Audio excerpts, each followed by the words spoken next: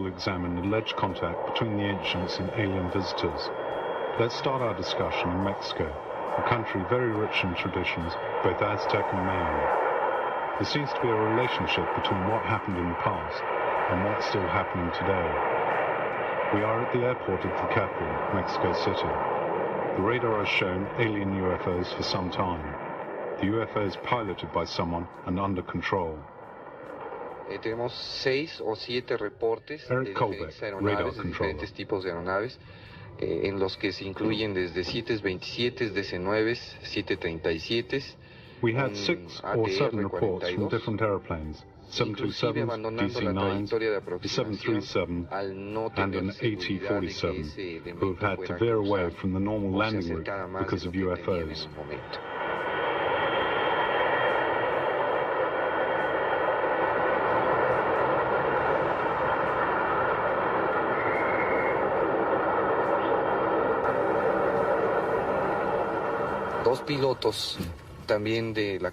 Two pilots from Air Mexico declared that they had almost collided with an object of a metallic type, about 30 meters long. Con un aparato de color platino, aparentemente de 30 metros de largo, que se les echó prácticamente encima. After having lowered the undercarriage, they looked up and realized they were risking a collision with an unidentified flying object.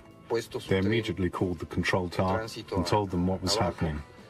Y próximo a tomar la trayectoria final de la pista, al levantar la vista y encontró de frente este objeto de 30 metros de color platino que se les fue encima. Se les fue encima, ellos sintieron que se iban a colisionar con él, a lo cual hicieron un reporte inmediato a la torre de control. Nos acabamos de cruzar con un aparato en una forma fuerte, asustados. As a result, the undercarriage was damaged. These are the extraordinary pictures taken near the airport of Mexico City by members of the group, the Vigilantes, which is composed of sky watchers, whose material is verified by the University of Mexico. In particular, it shows it wasn't a question of weather balloons, but of UFOs. They saw airlines and UFOs together on the same screens.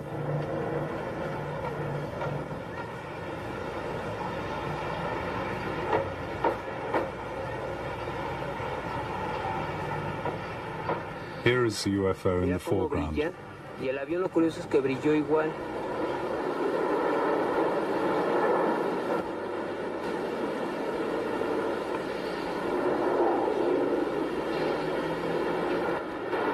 Again, here is the UFO. On the 3rd of May 1975, the pilot Carlos de los Santos was flying in a Piper aeroplane. He called the control tower. Mayday, mayday.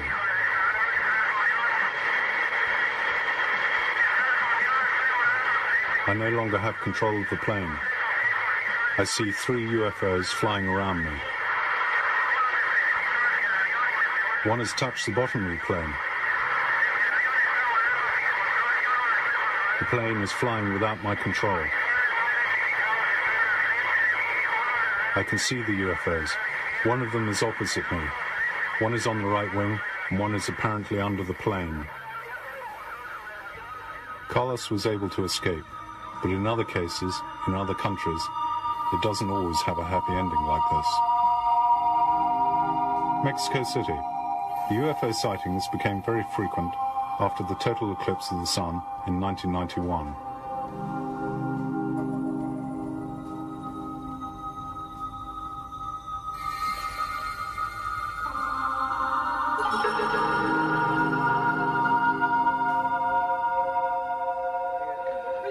After the eclipse, the Vigilantes organization was born. These are some of their photos. Here is a UFO, which seems to turn in and spiral on itself.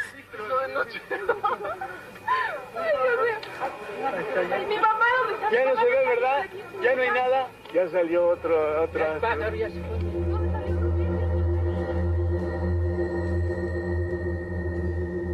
Here is the same object, filmed from a different location.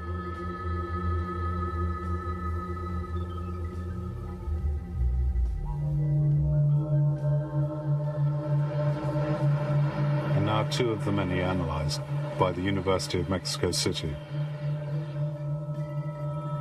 The first shows a UFO surrounded by an electromagnetic halo. The second, however, is that of a weather-sounding balloon.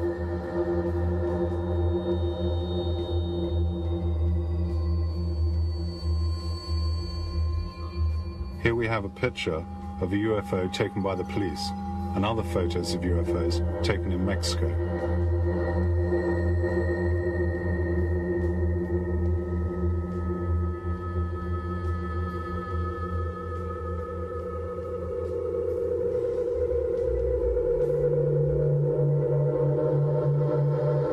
And here is the analysis of that on a computer.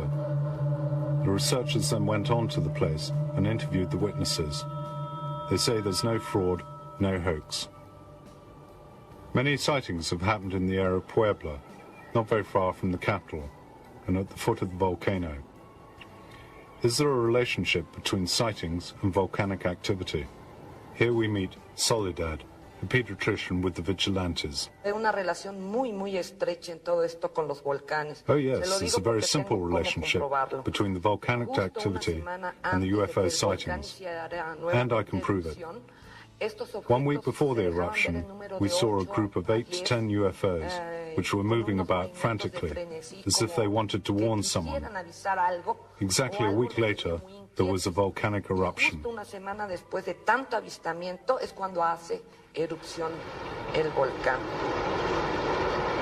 This is one of the many photos taken at that time. This is a night sighting filmed by a Mexican cameraman.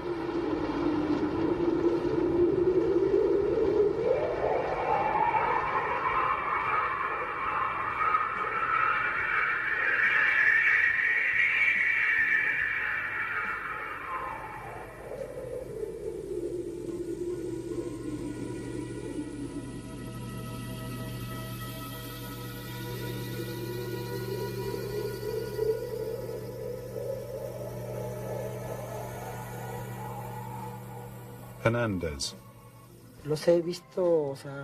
What they have seen are metallic objects, round, sometimes surrounded by a fire-like light or a halo. Certainly, they are rare pictures. They appear suddenly from nowhere and just as suddenly disappear into nowhere.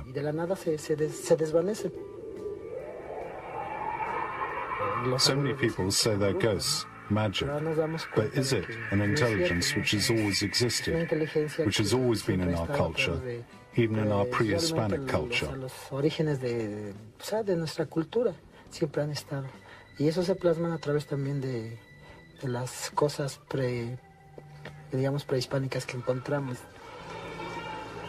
Here we are at Tepoztlán, a couple of hours from the capital, Mexico City, a village in which pre-Hispanic culture is still present in daily life and in its traditions. We meet Carlos Diaz, who in the last 15 years has taken stunning photos and films of UFOs. He says he's in contact with their occupants, and they are beings similar to us. Even these photos have been analyzed scientifically. They are enormous objects of light, which can transform themselves into metallic discs.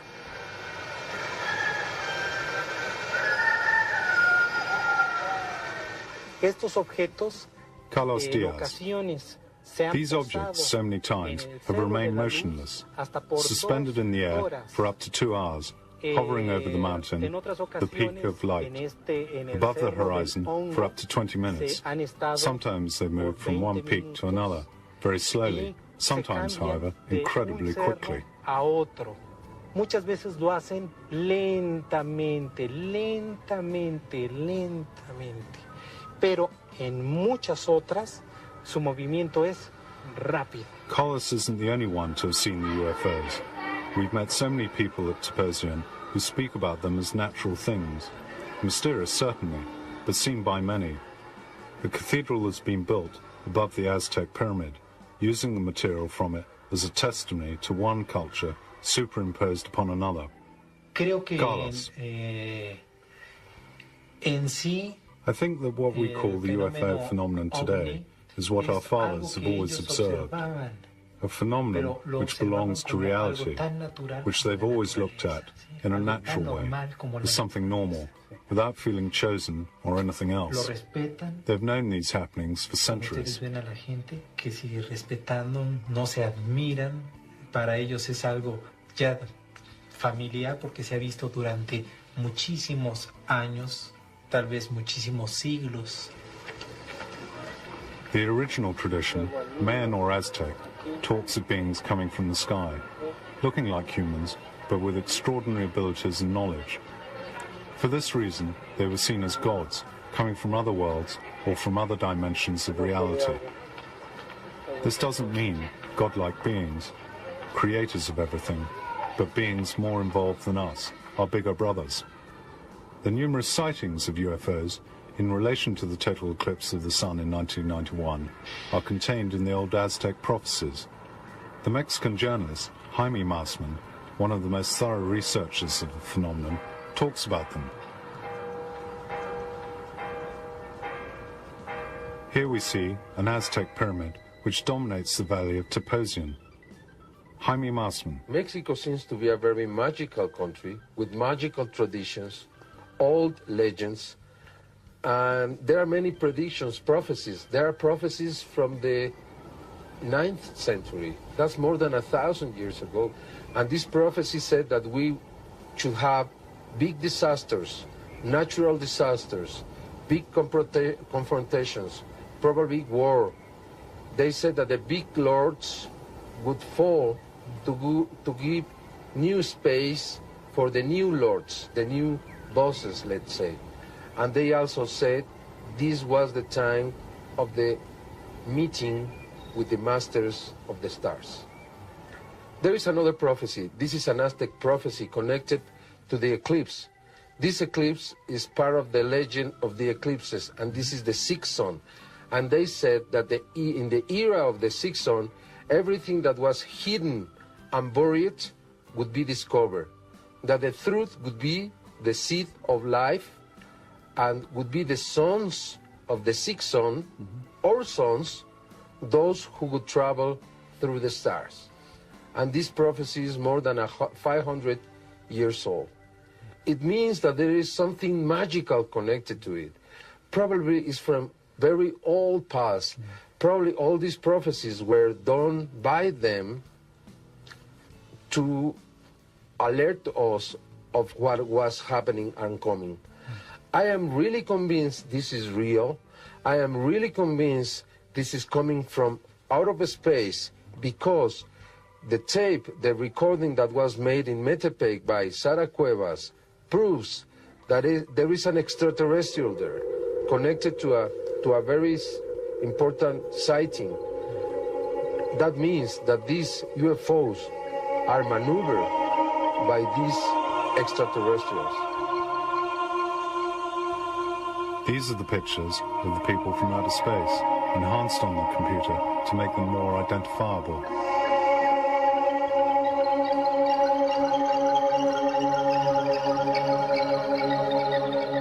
And this is an old Aztec representation of a being coming down from the sky on a cloud, which rules a whole palace, and of a being coming down symbolically on a winged dragon, perhaps their way of indicating a flying object.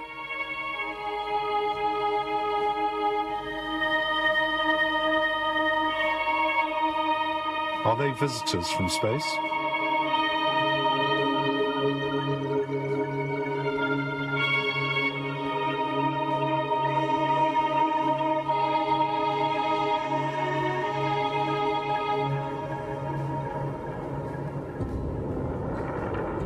On this base reef, according to many experts, an astronaut is portrayed, sitting down in command of a spaceship.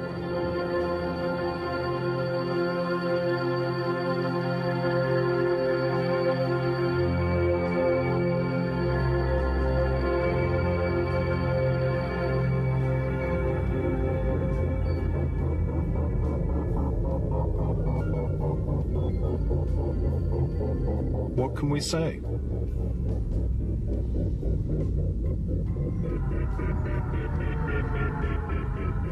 In the old traditions, they talk about beings who came down from the sky to bring culture. Then they went away, saying that one day they would come down the old stairs again. The translation of the Mayan hieroglyphics says just this: one day, Kukulkan will return. Is he about to? In ancient cultures, beings from the sky were seen as gods. Is it only a fantasy? It seems not. Only a few years ago, anthropologists discovered the same phenomenon, which they called the cargo cult. Whole populations in New Guinea remained in total isolation from our civilization until towards the end of the Second World War. Then they saw helicopters and military planes land on their islands, which were transformed into small bases. To get round the population, the pilots bought gifts. At the end of the conflict, the bases were abandoned. The anthropologists who consequently returned there discovered that a new cult had been born. The natives adored the planes and its occupants. They became gods from the sky. The USA. For generations, the Hopi Indians have handed down the memory of the visit by beings from space, and they portray them like this. They are the Casina, mysterious beings who brought great teachings. For generations, these masked men have been dancing, so they will not be frightened of them when they return.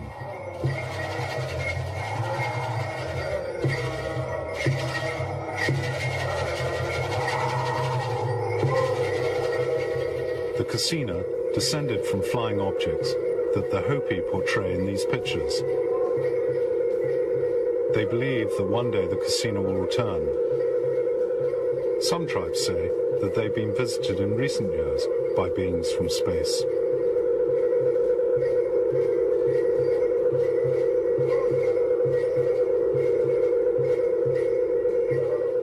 The story of the Kajipo tribe in the Amazon hand down from father to son is the visit of a being from the sky, completely open and friendly, who didn't drink or eat. In one night, he learnt their language and taught them farming and hunting skills. Before leaving, he promised to return.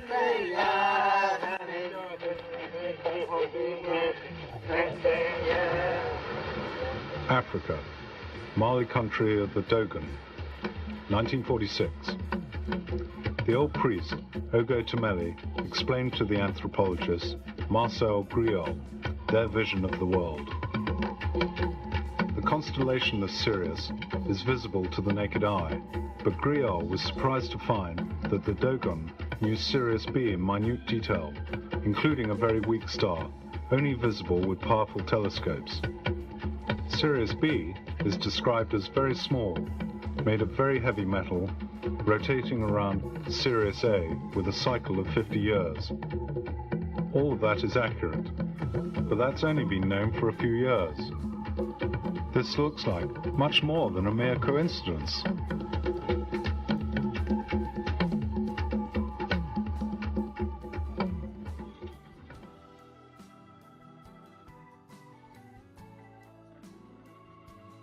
The Dogons say that all has been taught to them by the Neuromo, who came from the stars on an arc, red as fire, but which became white when it landed. It had a pyramid shape. Surely this sounds like what we now call UFOs.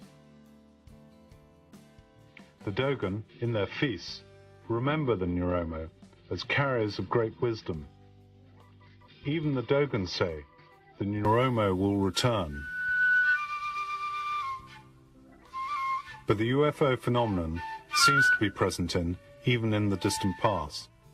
These are some of the carvings discovered in the country's caves, almost living testimonies from thousands of years ago.